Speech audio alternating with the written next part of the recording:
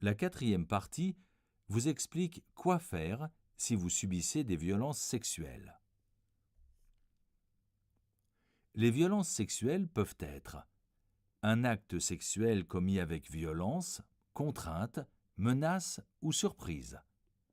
Par exemple, des caresses, des baisers donnés sans votre consentement. Un viol, c'est-à-dire une pénétration sexuelle commise avec violence, contrainte, menace ou surprise. Un comportement sexuel imposé. Par exemple, si une personne vous montre son sexe ou fait des actes sexuels devant vous sans votre consentement. Si vous subissez des violences sexuelles, vous pouvez en parler au directeur et au personnel des établissements et des services médico-sociaux. Les directeurs et le personnel ont l'obligation de signaler ces violences sexuelles. Mais ils doivent d'abord vous demander votre accord. Ensuite, les directeurs et le personnel doivent informer le procureur de la République. Le procureur de la République fait appliquer la loi pour punir les infractions.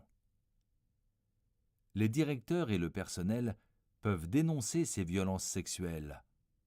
Pour cela, ils peuvent appeler des numéros de téléphone gratuits. Le 3919, qui accompagne les femmes victimes de violences. Le 3977, qui lutte contre les maltraitances. Le 01 40 47 06 06, ligne d'écoute pour les femmes handicapées. Le 119, Service national d'accueil pour l'enfance en danger. Le 0800 05 12 34, numéro de l'association Enfance et Partage.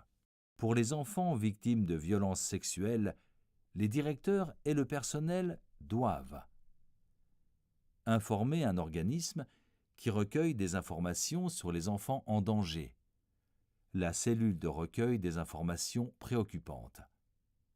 Informer le procureur de la République. Les directeurs et le personnel doivent vous protéger et vous écouter si vous êtes victime de violences sexuelles. Vous éloigner de votre agresseur. Vous faire examiner par un médecin. Vous expliquer que vous devez déposer une plainte. Vous mettre en relation avec des associations d'aide aux victimes de violences sexuelles. Vous proposer un suivi avec un psychologue. Un psychologue écoute les personnes qui sont en souffrance. Il est important de savoir que les directeurs et le personnel doivent accompagner les victimes, les témoins des actes de violence et les personnes violentes. Proposer de voir un psychologue et un médecin. Proposer au personnel de parler de ces violences avec une personne extérieure.